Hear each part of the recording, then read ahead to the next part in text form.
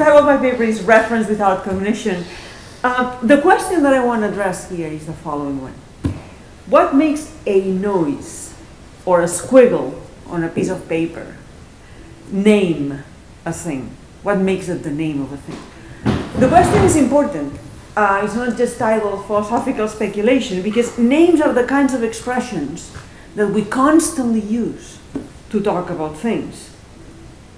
Having a name is so important that it's considered to be a universal right according to the Convention of the Rights of the Child endorsed by the United Nations. In fact, in 1996, a court in Sweden fined a couple because they were refusing to name their baby. So names are important, and the question, I think, is important. In our society, usually parents decide on a name for their child, and they make it official by signing a birth certificate or by engaging in some more complicated social or religious ceremony. Now, once the name has been bestowed, the parents start using it to talk about the referent to other people that become members of a chain of communication, a chain that connects the users of the name to the child. Now, what I'm saying here is just the story that the so-called causal historical picture or chain of communication picture of reference introduced by Saul Kripke and Keith Donovan tells us about how users of names connect to the reference. That theory, that picture, came to replace a prior way, a prior approach to how a name connects to its referent, which was the so-called descriptivist, classical descriptivist picture. According to the classical descriptivist picture, the reason why an utterance, say, of Aristotle connects to its referent is the fact that we connect a description to the name Aristotle, maybe something like the man who tutored Alexander the Great, or the author of the Metaphysics, or the Greek philosopher that came up with the idea of hylomorphism, whatever. But it's the description that is operating. It's the description that makes the connection between the name and the referent. Now, that was the traditional descriptivist picture. And that picture was severely compromised in 1970 by Kripke and Donovan. On the basis of powerful examples and observation of actual usage, Donovan argues that a backup of descriptions is neither necessary nor sufficient for a use of a name to reach its reference. The idea is that speakers may be at a loss and not possess uniquely identifying attributive information about an object. Like, for instance, Kripke's example is like Feynman, famous physicist, or Cicero, Roman orator. That's not uniquely identifying information. That's not sufficient to lead you to one person, right? Nevertheless, they can and they use the object's name and they succeed in referring to it.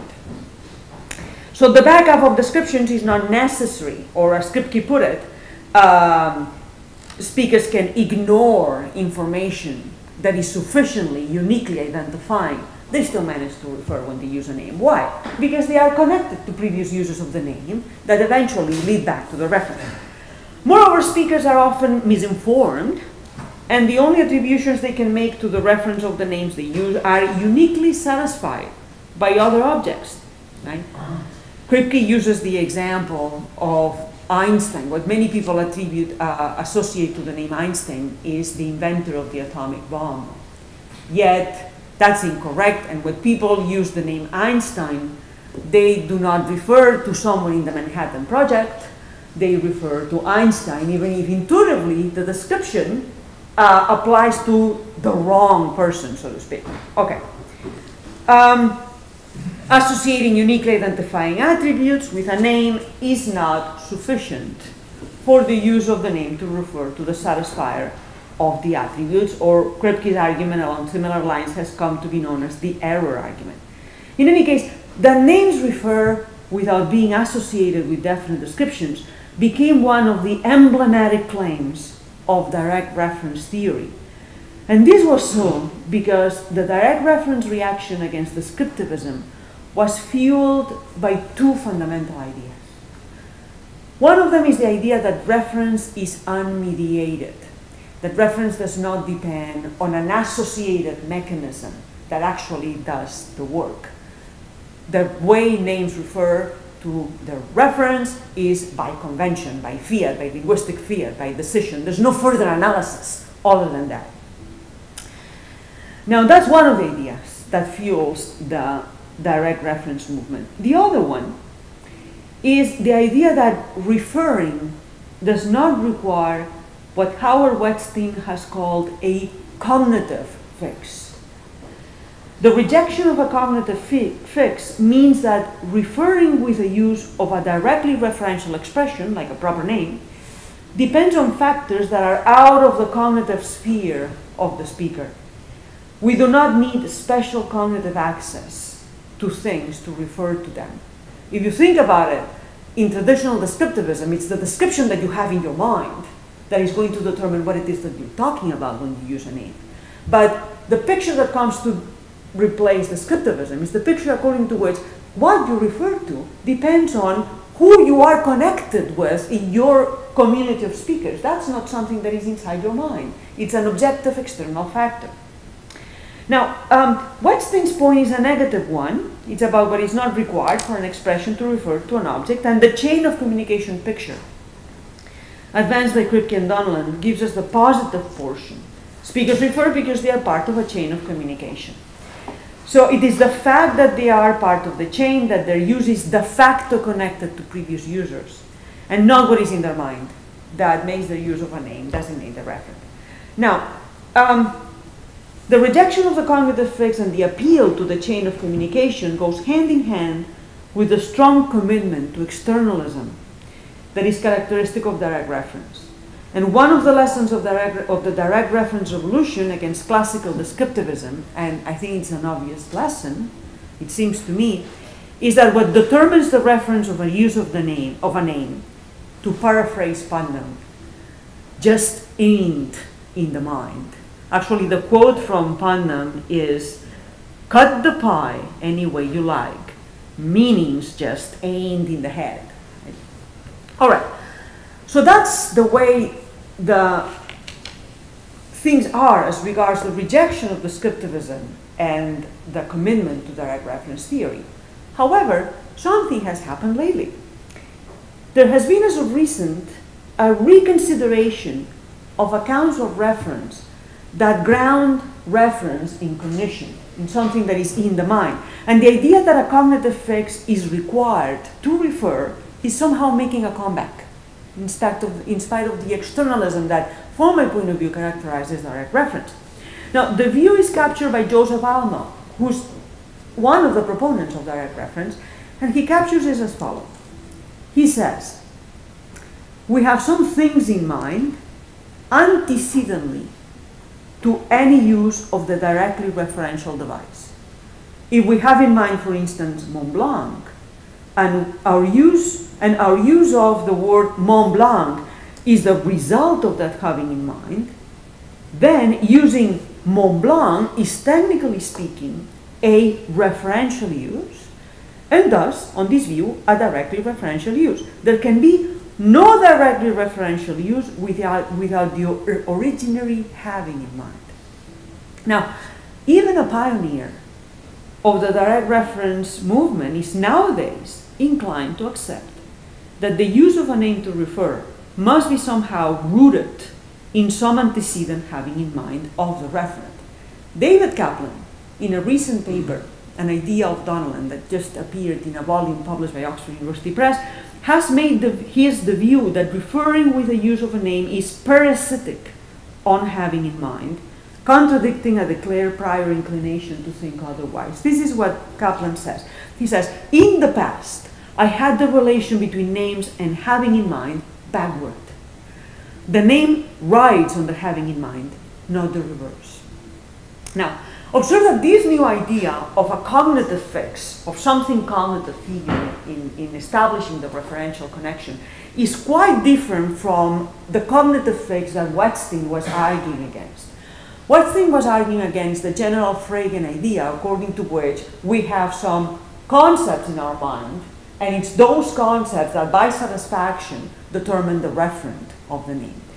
The neocognitive fix is different because it relies more on this kind of metaphor of the mind taking in, so to speak, the object in some kind of, and perception is the standard paradigm for this.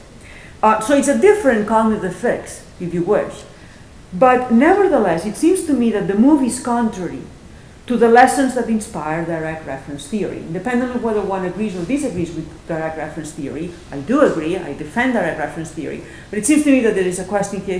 I think that the move is contrary to the lessons. I would argue that having the referent in mind is neither necessary nor sufficient for a use of a name to refer to it, much in the same way that a backup of definite descriptions was neither necessary nor sufficient for a use of a name to reach its referent. No matter how hard the Martian anthropologist looks into the minds of speakers, he won't find there who they are referring to when they use a proper name. And it seems to me that all we need to do in order to get to that conclusion is just reflect on how names refer. What I have to say here relies on the original story by Kripke and Donnellan, that also some variations of the original story about the causal chain of communication that have been made by Devitt. There's nothing new in it. It seems what I want to do is bring to the fore some aspects of the view that seems to me that have not been sufficiently explored. And I think that once you bring them to the fore, then we see that having in mind has absolutely no role in the establishing of the referential link. Okay, so now, we already know from Kripke's and Donnellan's arguments that a definite description is neither necessary nor sufficient for a use of a name to refer to some particular individual. Now, it seems to me that something similar, as I say, can be said about the having in mind. Take this case. Suppose that someone, it's a case that won't convince the neocognition advocate, I know, but let me just start with this case. Suppose that someone enters a room and overhears a conversation in which the name N is used. Becoming convinced that the conversation was about person A, someone she saw leaving the room as she was entering. Now she may join the conversation, start use N, and continue to use N, thinking that she's saying something about A. Yet, if the conversation relies on an established practice by which N refers to B, it seems to me that her utterance of N is P is conventionally about B. And it is very likely that she will be eventually corrected. So why wouldn't she be corrected? She would be told, no, what you're really talking about is this person. That's what we do all the time. Of course, the audience may recognize what she has in mind, so she may succeed in communicating something about A, but there are plenty of reasons to treat this as a pragmatic phenomenon. The speaker in question has incorporated a name to her vocabulary, and with it, the capacity to refer, by virtue of having joined a chain of communication. That she was confused about which chain of communication she joined does not entail that she did not do so. Language has its rules. Sometimes people keep using words that don't mean what they think they mean. Now, what seems to me to be the correct explanation of what has happened in this case, and as I say, it's an explanation that I realize that the neocognition advocate wants to contest, but one thing at a time, is the following. Our speaker refers to B in spite of having A in mind. The having in mind is not necessary for the use of the name to refer, since she refers to B without having him in mind. And the having in mind is not sufficient, since she does not refer to A, even though she has A in mind. Now, of course, as noted, the neocognition advocate rejects the explanation. In his view, our speaker also has B in mind. I mean, if it's referring conventionally, observe that they're bound to say, if he's referring to B, he has B in mind. And that's precisely why she refers to B when she uses N. By overhearing, that's what Kaplan tells us, by overhearing and joining the conversation, our speaker acquires the having in mind that makes it possible for her to refer to B using N. A transmission of having in mind has occurred, and that is what explains her referring to B when she uses N. This is the way Kaplan puts it. The transmission of names should be subsumed under the broader notion of being told about an individual. When a proper name is transmitted, we typically have been told about the individual. Thus, having in mind has been transmitted, and we take the name to refer to the individual that we were told about. So the idea is that I acquire a name by joining a practice, by joining a chain of communication, and usually this is so by being told about the individual. This being told about the individual constitutes a transmission of the having in mind. You have the individual in mind because you're referring to him, you transmit the having in mind to me, and that enables me to refer. That's the story as Kaplan explains it. And then he says also, there are two ways to come to have someone in mind. The first way is to do it on our own, by perceptual or direct acquaintance. A second way is being told about the individual. This passage of having in mind seems much more fundamental than the passage of names. All right, so the idea is that even though our speaker undeniably has A in mind, she intends to refer to A, she's seen A, she thinks that the name applies to A, when she uses N, the neocognition advocate argues that she also has B in mind. Now, I have some doubts about this explanation. For one thing, there are situations in which a name is successfully used to refer, even though describing them as cases in which there has been transmission of having in mind is quite simply contrived. Scott Soames, in his book Reference and Description, cites an example by a student of his, by Jonathan McKeown Green, and this is the example. He says, suppose, for example, that you know of a certain region in Ireland in which the residents of different towns see to it that there's always exactly one person bearing the name Patrick O'Grady. Learning of this curious fact, you set out to visit the region to interview the different men bearing that name. On entering a pub in a new town, you announce, I'm looking for Patrick O'Grady, whom am I willing to pay for an interview for my new book. So, the protagonist in the story refers to Patrick O'Grady, but it is hard to pin down an episode that counts as a transmission of having in mind in the story. And it is hard to count the general information that the speaker possesses about the existence of a Patrick O'Grady in that village and in that other village and in that other village that could count naturally as a case of having been told about the referent of that particular use of Patrick O'Grady. Observe though, that once the protagonist arrives in the pub, he starts using the name Patrick O'Grady and learns how to go about finding the man. The expectation that he soon will meet him, that the referent will become significant. I think that all that makes the case very naturally describable as involving an episode of having in mind. Even if the person has not met him, just the expectation that he's going to meet him, the expectation that this person is going to become significant, I'm quite ready to say that this is a case of having in mind. But observe that reference was there before, and reference was possible because of the speaker's reliance on the function that proper names have as referential devices, and because his use of Patrick O'Grady in that pub connects to other uses of the name that refer to the same man. A speaker can acquire and use a name without having imported the referent to his mind. A speaker can join a practice of naming without the transmission of a having in mind, much as he can join a practice of naming without the transmission of a description. So now let's go back to our history about A and B and the speaker who overhears and joins the conversation in which the name N is being used.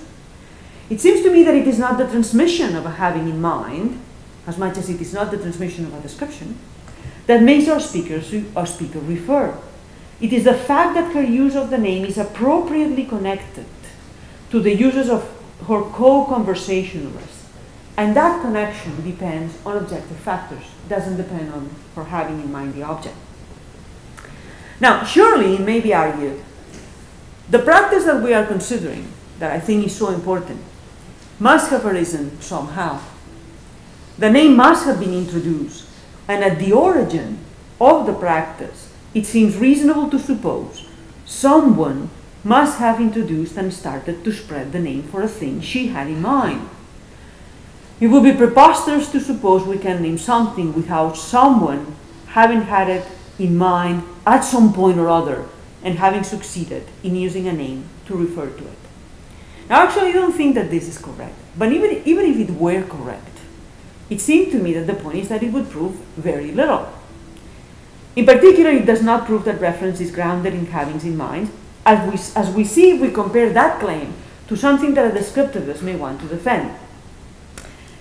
A descriptivist may insist that even if users of names can refer without being in possession of a definite description that connects the name and the bearer, the launching of the name has to be performed via a definite description. This is something that, in fact, even Kripke at some point concedes, because there's a point in Naming and Necessity in which he says, you can introduce a name via a definite description. And of course, you can also introduce a name, people say, by ostension. And then there's a point in which he said, but the case of ostension can be subsumed under the case of describing, as if the ostension was a way of somehow an abbreviation of some kind of definite description, right? Now, for instance, the parents must connect, the descriptivist may say, the parents must connect the name with a description, such as our newborn girl, and Leverrier had to connect Neptune to the cause of the anomalies of the orbit of Uranus. Now, suppose that we were to concede all that to the descriptivist. Suppose that we were to concede that, yeah, at some point or other there has to be a description. That concession would not make us descriptivists of our names. For the same reason that the quasi-conception that Kripke makes doesn't make him a descriptivist of our names. A similar concession to the neo-cognition advocate would have the same effect as regards the role of having in mind. Accepting that speakers can refer to what they refer to without having it in mind or without intending to refer to it is, in my view, crucial if we are to understand language as an institution governed by conventions. Institutions have a life that goes beyond the actions, interactions, mental states, intentions, and goings-on in the minds of their members. Surely the conventions would not arise without those intentions and mental goings-on. But the role of the latter is precisely and solely to contribute to the generation of the conventions. In language, their role is to contribute to generate practices, to confer a semantic function. And thus, the level at which intentions and mental goings-on are operative is not at the level of determining, for instance, the reference of particular uses of a name. Now, in my view, what is required for a sound or a squiggle to be a name of a thing is that a practice be established. So-called singular acts of reference, maybe I don't deny that there may be a case in which someone is thinking about something, and in that case there is a kind of singular act of reference, but thinking about an object is not the same as referring to it by using a name. What I'm interested in is in the role of names in natural language, not in the fact that in a particular occasion we may think about an object. A name for a thing is part of a language, and as such it has to be embedded in a pattern of systematic use. And establishing the practice requires success in making people use a name to refer to a particular thing. Now, the success may be unintentional. There's a boy at school whose given name is Ivan, but my son by mistake started to call him Max. Now, his friends followed suit, and nowadays even Ivan's parents call him Max. This may happen because the person making the mistake is funny, or popular, or a trendsetter. In the case of Madagascar, everybody knows about the case of Madagascar, right, that Gareth Evans used. I mean, the idea is that Madagascar was used to refer, the natives used Madagascar to refer to a portion of the mainland, right? The explorers made the mistake of thinking that Madagascar referred to the island. They thought that they were conforming to the practice, but the fact they were generating an entirely different practice. Right? So, in the case of Madagascar, the explorers also made a mistake, but because of their authority, their political power, or the fact that they drew maps and put names on them, eventually the mistake became the rule. So success in creating a linguistic practice is sometimes a matter of politics. So, I'm saying that using a name, essentially, and that's important, requires being part of a practice, and bestowing a name consists in succeeding in launching a practice. There's no question about having in mind. Those are the criteria for using, bestowing and using name. Now, thinking of naming from this perspective has some consequences. I think that these consequences are all entirely consistent with the picture that Kripke and Donlan gave us as the causal historical picture. But I think that sometimes they have not, as I said, they have not been sufficiently pointed out. First of all, I think that we should not think that bestowing a name is an act. I think it's a process. It requires success in launching a practice. And launching practices is not something that occurs instantly. Madagascar became the name of the island, and Max became Ivan's nickname. It did not happen in a specific and circumscribed act of naming. Now, it is common in our society to put in place mechanisms that make the process less uncertain. In our society, parents or some relatives have the recognized authority and apparently also the obligation to choose children's names, and the rest of society abides. In many cultures, some kind of dubbing ceremony is performed, but what those mechanisms do is underwrite and secure the launching of the practice. It's the launching of the practice that counts. The fact that the idealized picture of naming presented by Donlan and Kripke focuses on the very simple cases where there is a dubbing ceremony, an act of naming, should not distract us from the variety of cases in which the process of introducing a name in a language is considerably more complex. Nor should it make us think that there is some abnormality or some essential difference between the simplified cases and more complex cases like the Madagascar case, where according to the semanticist story, there was a transfer of a practice and no official dubbing, at least no official dubbing of the island. It was a long time in which people were writing papers about the problem that the Madagascar case represented for the causal historical picture. I don't see that it represents any problem if you understand clearly that the cases that Kripke and Donlan were giving us are cases that idealized. The dubbing ceremony is not an essential part of the picture. Okay, there may not be a point, because naming is a process, there may not be a point at which a name becomes a name of a thing. And the process may have some gray areas. In cases like the Madagascar case, there may be uses for which, or there may have been uses, for which it makes no sense to insist in determining what that particular use referred to, whether the island or the mainland. Asking, at what point did Madagascar become the name of the island, may make as much sense as asking, at what point did the baby grow up? Or at what point did the sick person become healthy? Processes are like that. Now, that there are gray areas, periods at which it is not clear, from the point of view of the semanticist, what to answer to the question, does this particular use of Madagascar refer to the mainland or the island, is to be expected. The existence of gray areas entails a degree of indeterminacy.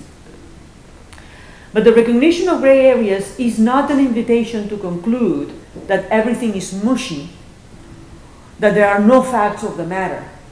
I think that there's no question that Madagascar, now in our community, refers to the island. Now, the kinds of cases where an error gives rise to a practice are treated by Devitt and by Devitt at Sterenli as multiple grounding. These cases in which there is part reference to this, part reference to that. Now, I think that if every mistake has to be seen as a case of partial designation,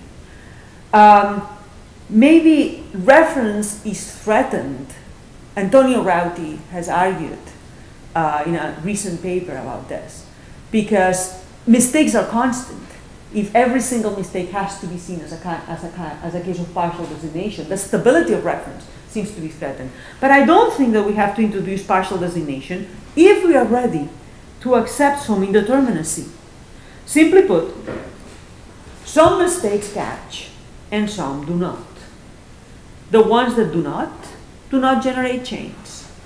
They do not generate practices. And they do not generate stable cases of naming. And this brings us to the second reflection that I wanted to make. Whether an event, a particular event, counts as the origin of a chain of communication should be ascertained post factum.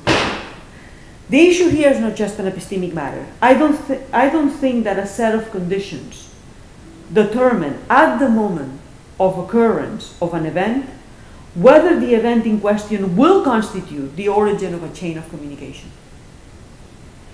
People may get confused, start using a name for something that it does not name, and for any or all of a myriad of factors, the practice may stabilize. But there may be nothing intrinsic to the original uses determining the success.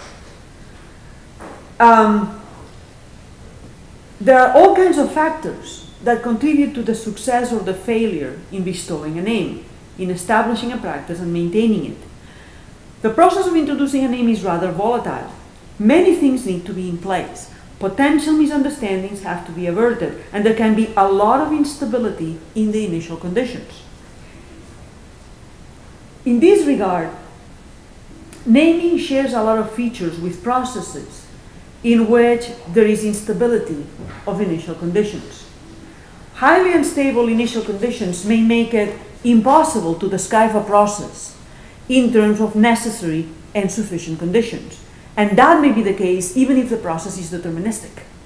So I think that this applies also to the issue, to the whether a certain event is going to constitute the launching of a chain, and therefore a naming. Not one single factor or determinate collection of factors is generally the key to successful naming. Having in mind intentions, exploitation of clues, pointings and describings play an important role, but they're each of them just that, contributing factors. The fact that the speaker has an object in mind when she proposes to call something by a name surely must play an important role in the success of the event. So does the fact that she intends that object to be the object name, that her audience interprets her intention, and that they all focus on the same thing. And so does the fact that the description the speaker uses, if he uses a description, does apply to that object. But what all these factors do is this: help the naming succeed. They do not determine what is named. Similarly, other factors clearly play a role as psychological aids. I mean, images, the mental files that John Perry and Francois Requenetti talk about, they all play very important roles, psychological aids, in guiding our attention and in maintaining the practice. They don't determine reference. Now, in many occasions, the different factors may pull in different directions, making a prediction impossible as to what will finally be the thing named by a name. But typically, things fall into place. The descriptions we use apply to the right object. We name the object we intend to name, and in subsequent uses we use a name to refer to the object we intend to refer to. And we usually refer to things we have in mind. Usually things typically fall into place. Now, that speakers often are in possession of an identifying description doesn't make names descriptive. That speakers typically refer to the bearer of the name they use does not mean that their intentions determine the reference of the uses of names. And that speakers often have in mind the person they refer to when they use names does not mean that having in mind is required for a use of a name to refer. I acknowledge that this explanation, all this that I'm saying, is vulnerable to the famous magic objection, right? If describing, having in mind, intending and recognizing intentions are dispensable, what makes names named? I mean, does it happen by magic? That was the objection that descriptivists use always to put forward against direct reference. Direct reference proponents. Does it happen by magic? Well, I would say it does not happen by magic, but it happens because of a conjunction of accidents, like everything that has an evolutionary explanation. Let us forget about names for the moment and focus on pointings. As Wittgenstein told us, there is nothing intrinsic to the act of pointing that would tell us that the salient thing that is right in front of my index finger is the thing that I'm pointing at. The same gesture is compatible with it being the thing that intersects the line that starts at the tip of my finger and goes perpendicular to the ceiling or to the sky. But now I point at a dress in a store window. Why do you look at the dress and you don't look at the clouds? Well, the explanation is very likely evolutionary, having to do with predators and survival. If a group of cavemen were pointing their fingers in the direction of a fierce predator, the companions whose attention was drawn to the front survived. Those who looked up at the sky did not. So the ones that were looking in the right direction passed the art of pointing as we know it. So when I point at the dress and I say, too short, you will interpret my utterance as being about the dress, just because of those little accidents that happened in the story, in the history of pointing. And as regards names, one is unavoidably reminded of Ruth Barton Marcus's dictum, names are the long finger of ostension. Now, the capacity to use names is the capacity to use a piece of the world, a sound or a squiggle, as a representative of another piece of the world. And the explanation of how names function may be similar to the explanation of how raising your finger in a certain way constitutes pointing at something and has the effect on people that it has.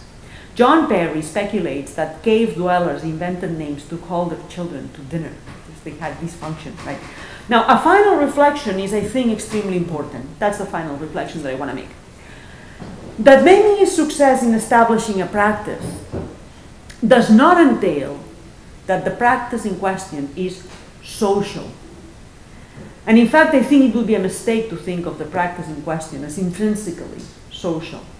It is true that even Kripke often stresses the social character of language when he argues against the individualistic picture that we get from descriptivism. This is what Kripke says. He says, in general, our reference depends not just on what we think ourselves, but on other people in the community. And there's no denying that language is in fact a social institution, and that the chain of communication is typically a social chain in which different members of the community and different generations of members participate. But it seems to me that the social aspect is also a travel companion of the phenomenon, and it's not to the essence of it. Although it is de facto unlikely, there should be nothing conceptually preventing a lone agent, a Robinson Crusoe, left on an island before he acquired any language at all, from inventing a language, using names for things, talking to himself, and writing his memoirs, even without the hope that they will never be read or understood by anyone else. When that lone speaker uses day after day Charlie, the name he gave to his pet iguana, he's not part of a community of users. And he's not part of a social practice. Yet, he's engaging in a systematic practice.